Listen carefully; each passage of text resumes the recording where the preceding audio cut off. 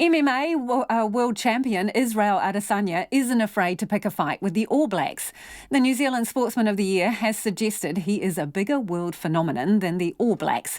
And if he successfully defends his UFC middleweight title against Brazilian star Paulo Costa, the Nigerian-born Kiwi's popularity will soar to new levels.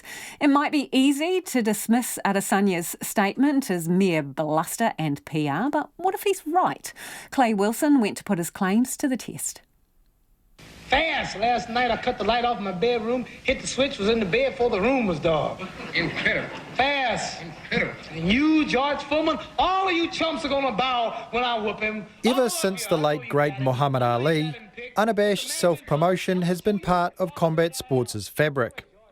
And while Israel Adesanya certainly hasn't made any comparisons between himself and Ali, the rising Kiwi star absolutely isn't afraid to express his confidence.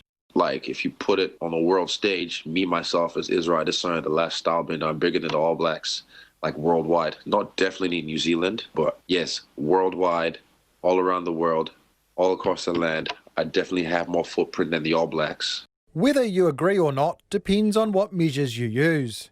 But there's no denying it got people's attention. Mike Angove is a combat sports commentator and member of Adesanya's coaching team at Auckland Gym City Kickboxing.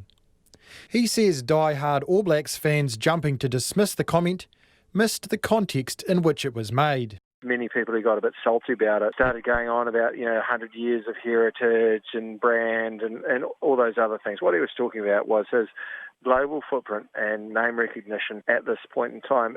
And Angove says Adesanya isn't alone. Other athletes like Stephen Adams, Scott Dixon, who are taking part in big sports that have a far greater footprint than rugby, are also probably bigger names as well. And we shouldn't resile ourselves from that fact or feel so protective of the All Blacks. The UFC's popularity continues to climb, with events broadcast in 156 countries. Despite that growth, AUT senior lecturer and sports marketing expert Marilyn Giroux still believes the All Blacks are a bigger global name. It's a mix of being one of the best unbeaten or in terms of performance, but the whole rituals around the haka and this aspect of being a bit different. While Giroux doesn't agree with Adesanya, she says his social media presence, with almost 2.8 million Instagram followers to the All Blacks' 1.7 million, isn't hurting his cause. And she thinks the nature of MMA fans is also a big factor. This audience is quite intense in terms of how much they love the sports and how much they follow the athletes and they interact.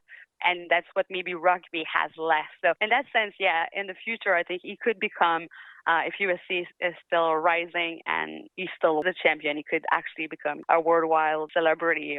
Driving Adesanya's star higher is his place in one of the world's biggest and most important markets.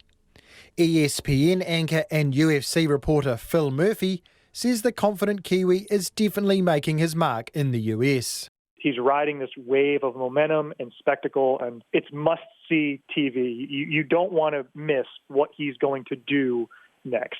Murphy says it's not just an unbeaten record, an aesthetically pleasing style which makes Adesanya popular.